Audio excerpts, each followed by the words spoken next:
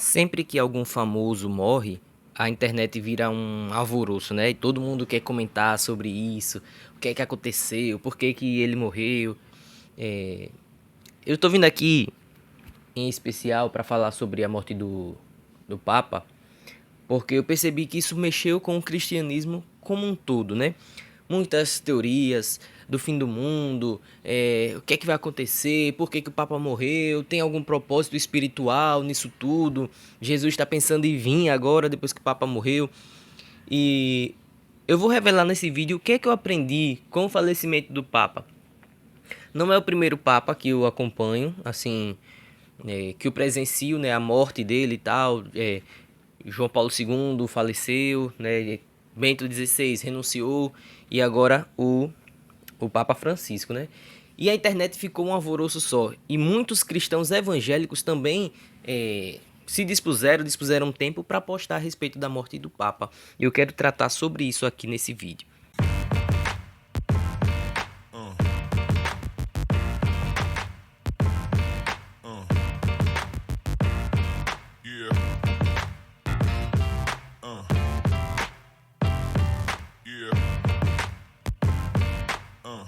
Esse é um canal de teologia que não tem o intuito de te transformar em um acadêmico, tem o intuito apenas de expor a minha opinião. Então, se você não é inscrito no canal, considere essa possibilidade e nos dê essa moral. Eu quero trabalhar com vocês a respeito do que eu aprendi sobre o falecimento do Papa.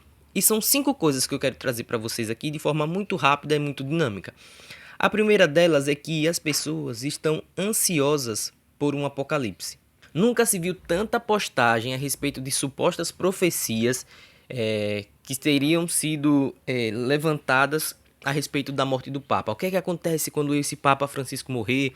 Agora que vem o anticristo, o que é que acontece? Quem é o anticristo? Quem deixou de ser o anticristo e tal? As pessoas estão ansiosas pelo fato apocalíptico, que é aquilo que vai dar fim ao mundo, fim às eras. Algumas por curiosidade e outras por medo, mas o fato é que as pessoas temem um provável fim do mundo porque, no fundo, elas sabem que elas estão em desacordo com os preceitos de Deus. Só que essas pessoas, elas lutam, elas tentam descobrir qual que é a origem, quando que se inicia ali o fim do mundo, para que elas possam saber em quanto tempo elas podem se arrepender. O interesse delas não é voltar-se para Cristo, o interesse delas é saber o quão ela pode prolongar a sua vida pecaminosa, para chegar no último instante e dizer: não, Senhor, eu me arrependo, me perdoe e ir para o céu. O fato é que as pessoas elas temem mais o apocalipse do que o Deus que está por trás do apocalipse. Se as pessoas tiverem a consciência de quem que elas estão ofendendo, que a nossa vida aqui é muito breve e que talvez não dê tempo do apocalipse chegar, talvez a gente morra hoje, amanhã, e a gente não sabe a nossa hora, como estará a nossa alma, como estará o nosso corpo? A gente fica pensando sobre o apocalipse, quando é que Cristo vai voltar, quando é que eu devo me preparar. Só que o fato é que você pode partir a qualquer momento. Seu familiar pode partir a qualquer momento. Então, se levanta sempre quando tem um presidente novo nos Estados Unidos ou um papa falece, levantam-se essas teorias apocalípticas. E que realmente nós devemos viver como se o apocalipse fosse agora. Então, o que devemos fazer se o apocalipse fosse agora?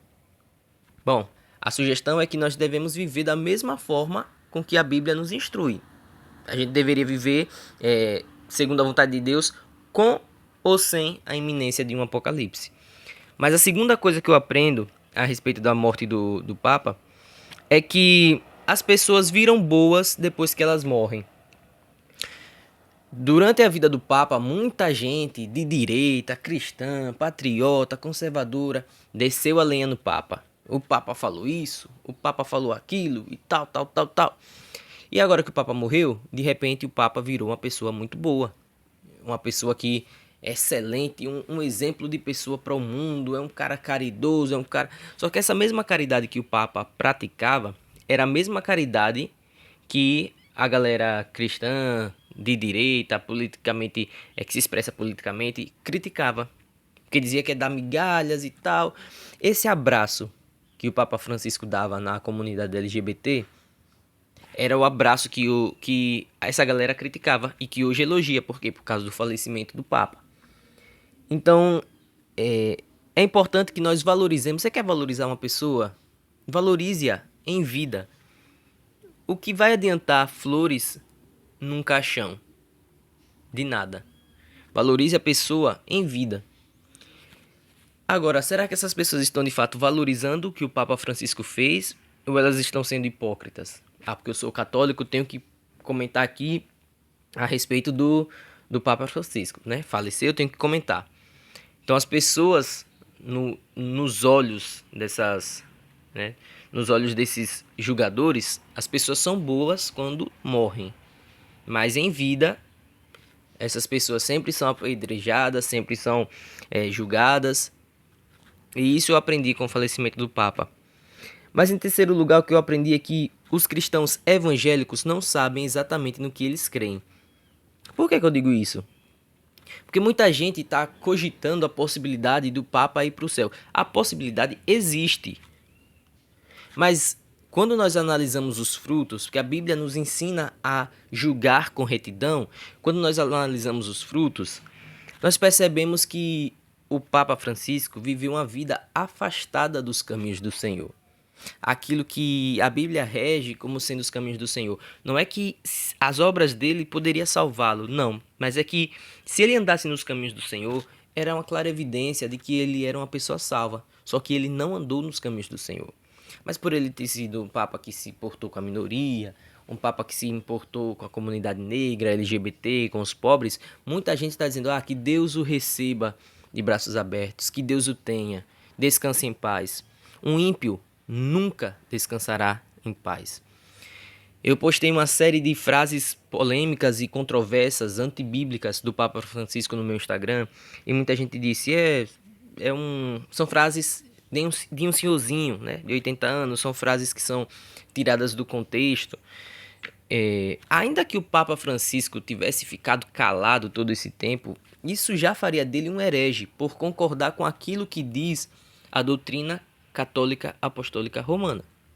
O catecismo de Westminster, catecismo evangélico, vai dizer que o Papa por si só, ele já é um anticristo, porque ele se coloca como o cabeça da igreja, quando o cabeça da igreja é o próprio Cristo. Mas em quarto lugar, o que é que eu aprendo com o falecimento do Papa é que para nós cristãos evangélicos, tanto faz se um Papa ele é de direita ou se um Papa ele é de esquerda.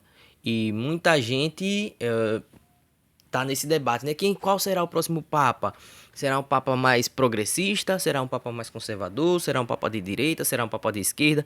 E eu até vi um vídeo de um famoso evangélico, o Tássio Liturgo, acho que é assim que se fala o nome dele. É um cidadão excelente, muito intelectual. E ele fala assim, eu oro para que seja um Papa de direita, um Papa conservador, porque o comunismo tem se infiltrado nas instituições e tal. Para nós cristãos evangélicos, isso é irrelevante, porque o Papa, sendo de direita ou sendo de esquerda, é alguém anticristão que está lá, ocupando o lugar que deveria ser somente de Cristo. Então o que importa se o Papa for a favor de redução de impostos? Que isso vai influenciar na salvação dos fiéis? Em absolutamente nada. Então, para nós cristãos evangélicos, isso é muito irrelevante. Se o Papa for de direita, se for de esquerda, a gente entra nessa briga e torce. Eu torço para que seja um Papa mais conservador, simplesmente pelos discursos, né, pela postura. Mas isso em nada vai mudar a nossa vida. A Igreja Católica não rege o cristianismo. A Igreja Católica não tem poder político sobre nada. Então, a postura do Papa em relação aos fiéis católicos, ela só vai continuar no mesmo caminho que eles já estão seguindo, aqueles que seguem fielmente a doutrina católica apostólica romana, que infelizmente é um caminho em direção ao inferno. Então isso não muda, na prática isso não muda para nós. Mas por fim, a última coisa que eu aprendi com o falecimento do Papa Francisco é que não adianta ganhar o mundo inteiro e perder a alma. Papa Francisco, eu não sei quais eram as origens dele, muita gente diz que era uma origem pobre, né? É um cara de cidadão italiano, cidadão argentino, e não veio de um berço de ouro, mas todos os papas eles terminam as suas vidas, a sua jornada muito abastecido, né? A igreja ali, o Vaticano sustenta ele, ele tem anéis de ouro e tal, roupas muito sofisticadas, caixões sofisticados. A prova disso é que o Papa Francisco ele pediu para ser enterrado em um caixão muito simples. E quando eu vi o caixão simples dele, eu disse: caramba, um caixão simples desse aqui para nós seria luxuoso facilmente. Mas é um papa que financeiramente conseguiu tudo, conseguiu o mais alto cargo dentro da igreja, mas não adianta ganhar tudo nesse mundo e perder a alma.